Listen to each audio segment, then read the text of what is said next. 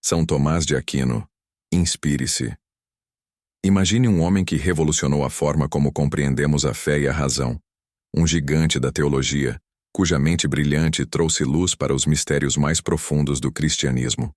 Hoje, vamos descobrir como São Tomás de Aquino, o doutor angélico, transformou o pensamento cristão, enfrentando as maiores questões filosóficas de seu tempo.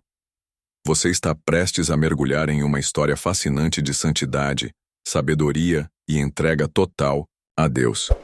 No dia 28 de janeiro, a Igreja celebra São Tomás de Aquino, que entrou para a glória em 1274. Filho do conde Landulfo de Aquino, Tomás nasceu em 1225, no castelo de Rocaseca, perto da cidade de Aquino, e do célebre mosteiro beneditino de Monte Cassino, onde, aos 5 anos de idade, iniciou seus estudos. Mais tarde, frequentou a Universidade de Nápoles e, em 1243, contra a vontade de sua família, pediu admissão na Ordem de São Domingos. Para protegê-lo das pressões familiares, os superiores da ordem enviaram-no a Paris. No entanto, seus irmãos, contrários a essa decisão, levaram-no à força para o castelo de São Giovanni, onde permaneceu preso por 1 ano, até conquistar a liberdade graças à intervenção de sua mãe. De Paris, Tomás foi para Colônia, onde assistiu às preleções de filosofia e teologia do célebre dominicano Alberto Magno. Mais tarde, retornou a Paris como professor, lector e, atendendo ao chamado dos papas Urbano IV, Clemente IV e dos superiores da ordem, lecionou teologia em Roma, Bolonha e Nápoles. Convidado pelo Papa Gregório Getes para participar do Segundo Concílio de Lyon, faleceu durante a viagem, na abadia dos cistercienses em Fossa Nova, em 1274. Se for permitido comparar os santos às estrelas do firmamento, das quais cada uma ocupa um lugar determinado e se diferencia das demais pelo brilho e magnitude, São Tomás de Aquino destaca-se como uma estrela de incomparável resplendor. Nem no Antigo nem no Novo Testamento encontra-se alguém que, como ele, possa ser comparado como doutor e religioso de qualquer ordem. A outras ordens Deus concedeu grandes missionários, como São Francisco Xavier e José de Anchieta, a Companhia de Jesus, e santos bispos e cardeais, como São Boaventura, a Ordem dos Frades Menores. Já São Tomás foi sábio e mestre. Talvez tenha ingressado na Ordem de São Domingos justamente por sua inclinação ao estudo, pois essa ordem une de maneira admirável a ciência e o serviço de Deus na vida regular. Honras e dignidades foram-lhe oferecidas repetidamente, mas São Tomás recusou-as todas, a fim de dedicar-se exclusivamente à ciência. Para ele, o estudo e o ensino das ciências teológicas eram o objetivo principal de sua vida. Muitas vezes encontrava-se tão absorto em questões especulativas que precisavam chamá-lo de volta à realidade. Um episódio notável ocorreu em Paris enquanto jantava com o rei Luís IX o Santo. Distraído, exclamou de repente: "Enfim, encontrei uma prova irrefutável contra os maniqueus." Toda a vida de Tomás foi dedicada ao estudo e ao ensino. Seu talento extraordinário era admirado por todos, e seu saber, além de vastíssimo, era solidamente fundamentado na doutrina de Cristo, na revelação, nas sagradas escrituras e nos escritos dos santos padres. Sua humildade e profunda fé complementavam sua ciência, afastando-o das tendências revolucionárias e inovadoras que marcaram outros intelectuais a serviço do erro. O que mais impressiona na doutrina de São Tomás é a universalidade dos temas que abordou, a profundidade e clareza com que os tratou, e a firmeza com que os expôs. Não havia dificuldade no dogma que ele não resolvesse, nem erro que não refutasse em seus escritos. Por isso, recebeu o honroso título de doutor angélico. Além de teólogo e filósofo, Tomás foi um santo exemplar. Santificava o estudo, e por sua vez, o estudo santificava-o, aproximando-o cada vez mais da beleza e perfeição de Deus. Iniciava seus estudos com oração, e a ela recorria sempre que enfrentava dificuldades intelectuais. Ele mesmo confessou ter aprendido mais ajoelhado diante do crucifixo do que curvado sobre os livros. Sua humildade edificava a todos, assim como sua paciência e mansidão na vida comunitária.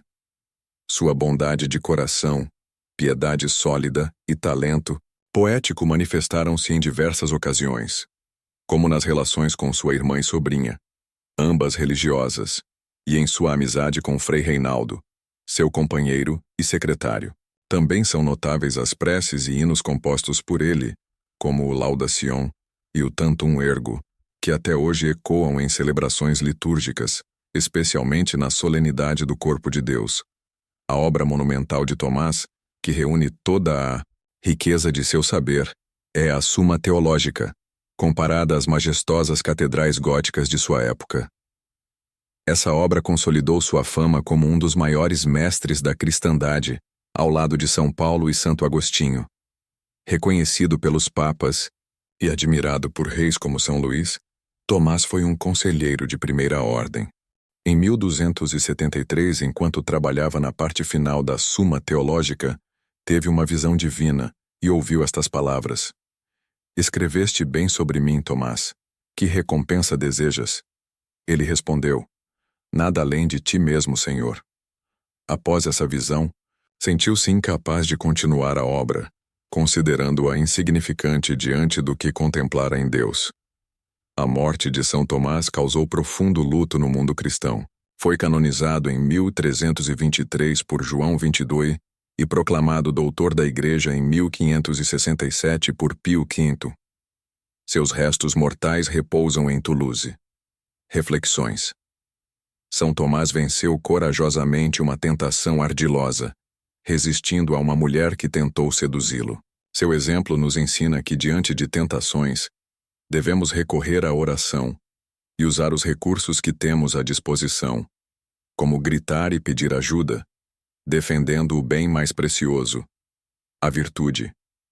Em duas perguntas dirigidas a São Tomás, suas respostas foram dignas de reflexão. À pergunta "Como ter certeza da salvação?", respondeu: "Salva-se quem quer." E à pergunta "Como viver santamente neste mundo?", afirmou: "Lembrando-se frequentemente das contas que devemos prestar a Deus." Santos do Martirológio Romano, celebrados hoje: Santo Antino, abade beneditino de Brantôme, na França, que viveu no século VIII. Santa Canera, ou Quinera, 830. Virgem irlandesa eremita, sepultada em Enniscorthy. Beato Egídio de Lorenzana, 1443-1518. Irmão leigo franciscano que viveu como eremita e exerceu o ofício de jardineiro do convento. Durante muitos anos trabalhou em Nápoles como operário. São Flaviano, martirizado no ano de 304, em Civitavecchia, sob o império de Diocleciano. Foi vice-prefeito de Roma. São Glastiano, pai 830. Bispo, padroeiro de Quinglacie, na Grã-Bretanha. São João de Réaume, 425-539. Viveu como eremita em Réaume, na França, antes de fundar um mosteiro inspirado na regra de São Macário. São Juliano de Cuenca, 1127-208, bispo de Cuenca, na Espanha. Para socorrer os pobres, não hesitou em exercer o ofício de servente de pedreiro. São Leônidas e companheiros, martirizados por egípcios em 304. Santo Odon de Beauvais, 801-880. Bispo beneditino, preceptor dos filhos de Carlos Martelo, reformou a Igreja na França e foi mediador entre o rei e o Papa, Nicolau I. São Paládio, 390. Eremita próximo a Antioquia. São Paulino de Aquileia, 726-802. Admirado por Carlos Magno, que o nomeou patriarca de Aquileia, escritor e poeta, evangelizou os ávaros. São Pedro Nolasco, 1182-258. Cofundador, juntamente com São Raimundo de Penhaforte, de uma confraria dedicada ao resgate de prisioneiros muçulmanos, que posteriormente se tornou a Ordem dos Mercedários. A regra incluía um quarto voto que consistia em se oferecer como escravo dos muçulmanos, se necessário, para libertar um cristão em perigo de apostasia. Entre os 26 mil prisioneiros libertados pelos mercedários em seu primeiro século de existência, 890 foram resgatados por São Pedro Nolasco, muitas vezes à custa de grandes sofrimentos e torturas. Ele faleceu no dia de Natal.